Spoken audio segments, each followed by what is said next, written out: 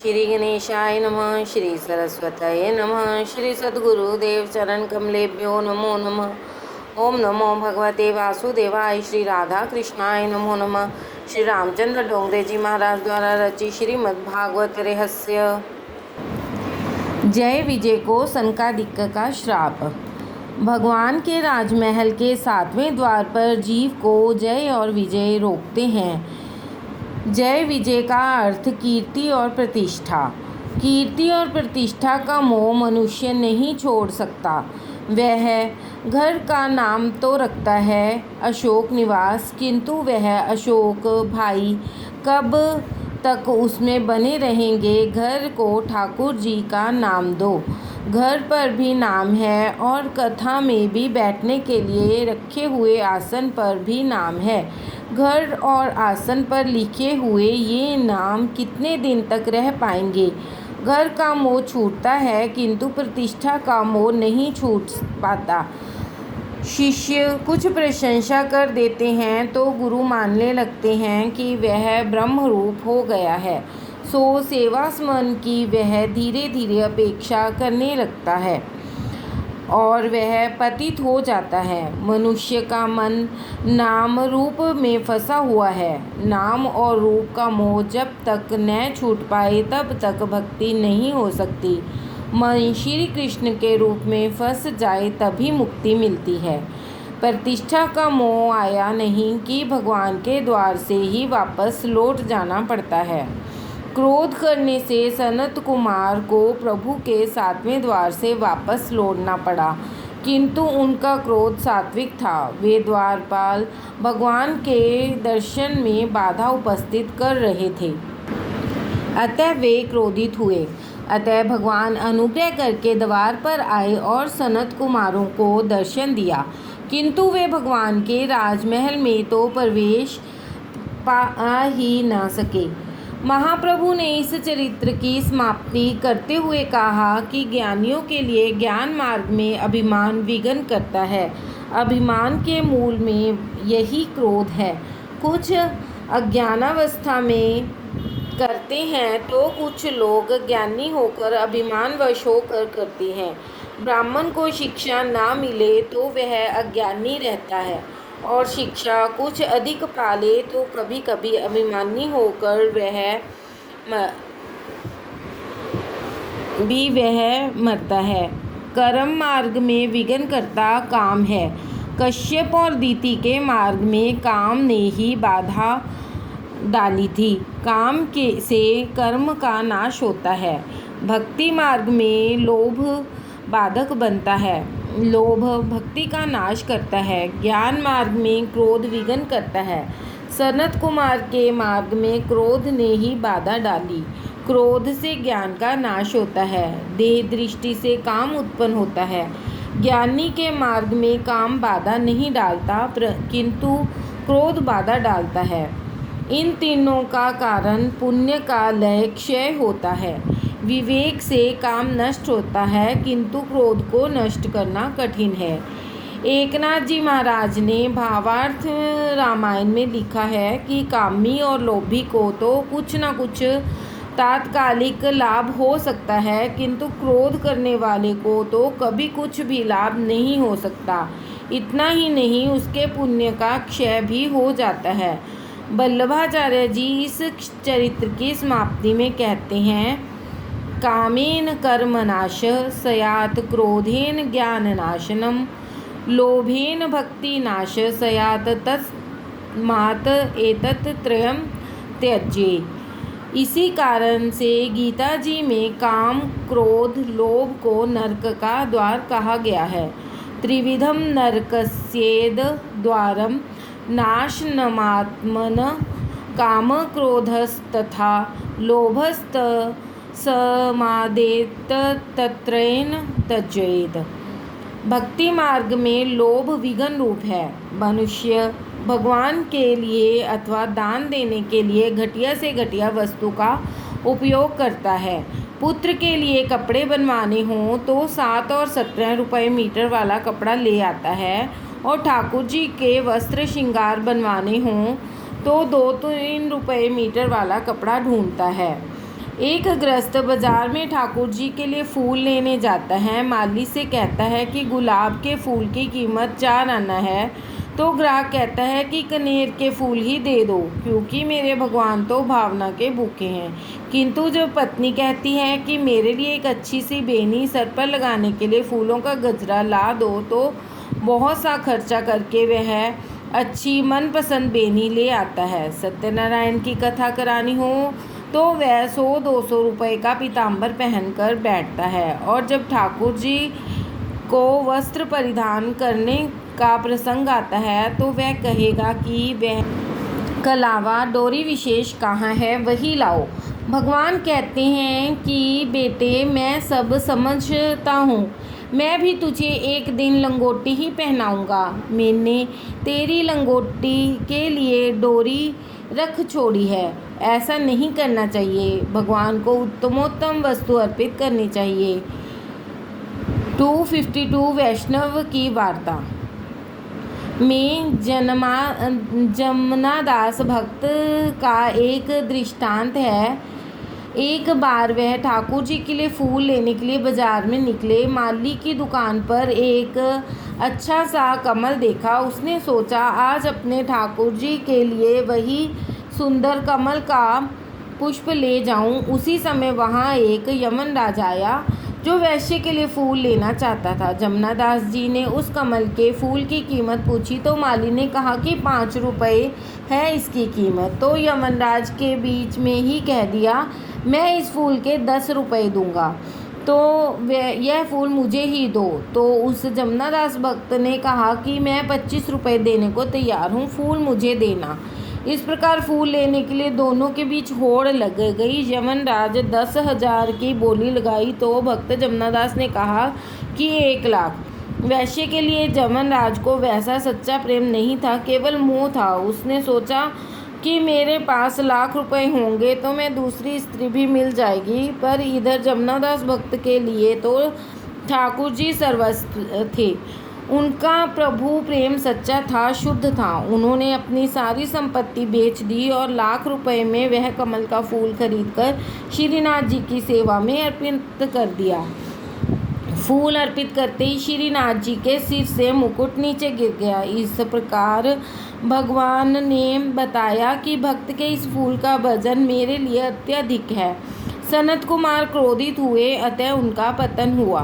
प्रभु के द्वार पर पहुंचकर उन्हें वापस लौटना पड़ा। मन और बुद्धि पर कभी विश्वास मत करो, वे बार बार दगा दे जाते हैं। अपने को निर्दोष मानने के समान दोष और कोई भी नहीं है। काम क्रोध अंदर के विकार हैं, वे बाहर से नहीं आते। सनत कुमारों का क्रोध बाहर से नहीं आया है, अवसर मिलते ही ये विकार बाहर आ जाते हैं। अतः मन पर सत्संग की भक्ति का अंकुश रखो। सतत ईश्वर का चिंतन करने से अंदर के विकार शांत हो जाते हैं। सनत कुमार ने क्रोधित होकर जय विजय को श्राप दिया कि राक्षसों में ही विषमता होती है। तुम दोनों के मन में विषमता है, अतः तुम राक्षस हो जाओ। मंदिर में थोड़ा सा पाप किया जाए तो वह भी महापाप होता है। सनत कुमारों ने तो बैकुंठ में क्रोध किया था। शुकदेव जी सावधान करते हैं, हे राजन, ऐसा पाप कभी मत करना। सनकादिक ऋषियों ने श्राप दिया और दैत्य काल में तुम्हें 3 बार जन्म लेना पड़ेगा। भगवान ने सोचा कि इन्होंने मेरे आंगन में ही पाप किया, अतः वे घर में आने के पात्र नहीं हैं। इन्होंने अभी तक क्रोध पर विजय नहीं पाई है, अतः मेरे धाम में आने की पात्रता गवा चुके हैं। वे बाहर जाकर उन्हें दर्शन दे आऊं। सनकादिकों को अंदर प्रवेश न मिला। यदि वे अंदर जा सके होते तो फिर भगवान बाहर आने का प्रश्न उपस्थित नहीं होता। कारण कि भगवान का परम धाम तो है यद गत्वा न निर्वर्तन्ते। भगवान ने लक्ष्मी जी से कहा कि लगता है कि बाहर कुछ झगड़ा हो रहा है। वे दोनों बाहर आए। ठाकुर जी ने सनत कुमारों की ओर नहीं देखा। आज नज़र धरती पर है। अपने द्वारा किए हुए पापों के लिए सच्चे हृदय से जीव जब तक पछताए नहीं तब तक ठाकुर जी दर्शन नहीं देते। अगर खुदा नज़र दे तो सब खुदा की है। लोग अपने को वैष्णव कहलाते हैं किंतु पाप करना नहीं छोड़ते। स्वदोष दर्शन यह ईश्वर दर्शन का फल है। सनत कुमार वंदन करते हैं किंतु प्रभु जी ने उनकी ओर नहीं देखा। दोनों ऋषि भगवान से क्षमा याचना कर रहे हैं। प्रभु ने कहा कि भूल तुमसे हुई है, तुम्हारा अपमान मेरा अपमान है। ब्राह्मण भगवान को प्रिय हैं क्योंकि वे भगवान की पहचान कराते हैं। भगवान कहते हैं कि आपने मेरी भक्ति और ज्ञान का प्रचार किया है। ब्रह्मा लक्ष्मी से भी मुझे मेरे भक्त अधिक प्रिय हैं। भगवान वाणी चतुर है। लक्ष्मी जी ने कहा कहीं बुरा ना लग जाए, इसलिए सोचकर वे फिर कहती हैं यदि भक्ति अनन्य न हो तो मुझे प्रिय नहीं है। लक्ष्मी जी की भी भक्ति अनन्य है। वे निष्काम भाव से प्रेम करती हैं, अतः वे भगवान को विशेष प्रिय हैं। भगवान कहते हैं कि निष्काम भक्ति मुझे अतिशय प्रिय है।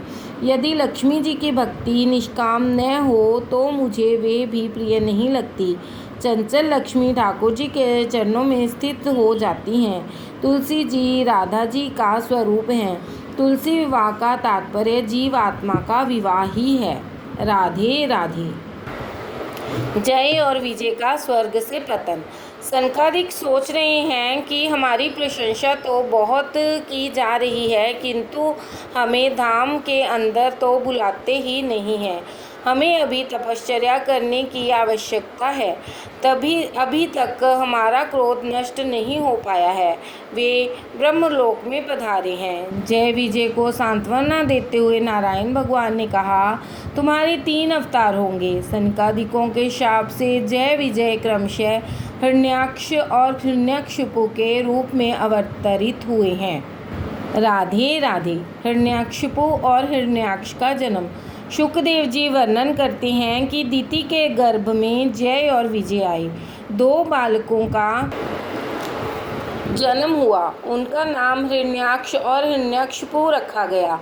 असमय में किए गए काम उपभोग के कारण दिति कश्यप के यहाँ राक्षसों का जन्म हुआ। अतः काम के अधीन मत हो। एकादशी, द्वादशी, पूर्णिमा, अमावस्या, जन्म तिथि आदि दिवसों में ब्रह्मचर्य का पालन करो। महाप्रभु जी ने इस चरित्र के अंत में कश्यप के सिर पर 3 दोष आरोपित किए हैं: कर्म त्याग, मौन त्याग और स्थाना त्याग। हिरण्याक्ष और हिरण्यकशिपु रोज 4-4 हाथ बढ़ते थे। यदि सचमुच ही वे होने लगे तो माता पिता की दुर्गति की कल्पना कर सकते हैं, और मुसीबत तो नज़रअंदाज कर भी दें तो भी रोज़ रोज़ कपड़े छोटे पड़ने लगे।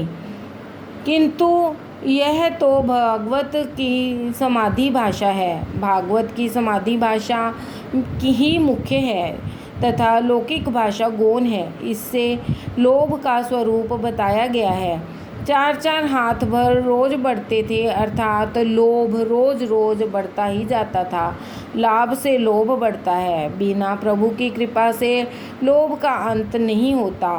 वृद्धावस्था में शरीर के जीर्ण हो जाने के कारण काम तो मर जाता है किंतु लोभ का नाश नहीं हो पाता। लाभ से लोभ और लोभ से पाप बढ़ता है। पाप के बढ़ने से धरती रसातल में जाती है। धरती माने मानव समाज दुख रूपी रसातल में डूब जाता है। हिरण्याक्ष का अर्थ है संग्रह वृत्ति और हिरण्यकशिपु का अर्थ है भोग वृत्ति। हिरण्याक्ष ने बहुत कुछ एकत्रित किया और हिरण्यकशिपु ने बहुत कुछ उपभोग किया। भोग बढ़ता है तो भोग के बढ़ने से पाप बढ़ता है। जब से लोग मानने लगे हैं कि रुपए पैसे में ही सुख मिलता है, तब से जगत में पाप बहुत बढ़ गया है। केवल धन से सुख मिलता हो ऐसी बात नहीं है।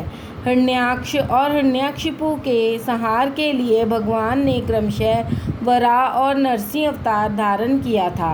हिरण्याक्ष और हिरण्यकशिपु लोभ के ही अवतार हैं।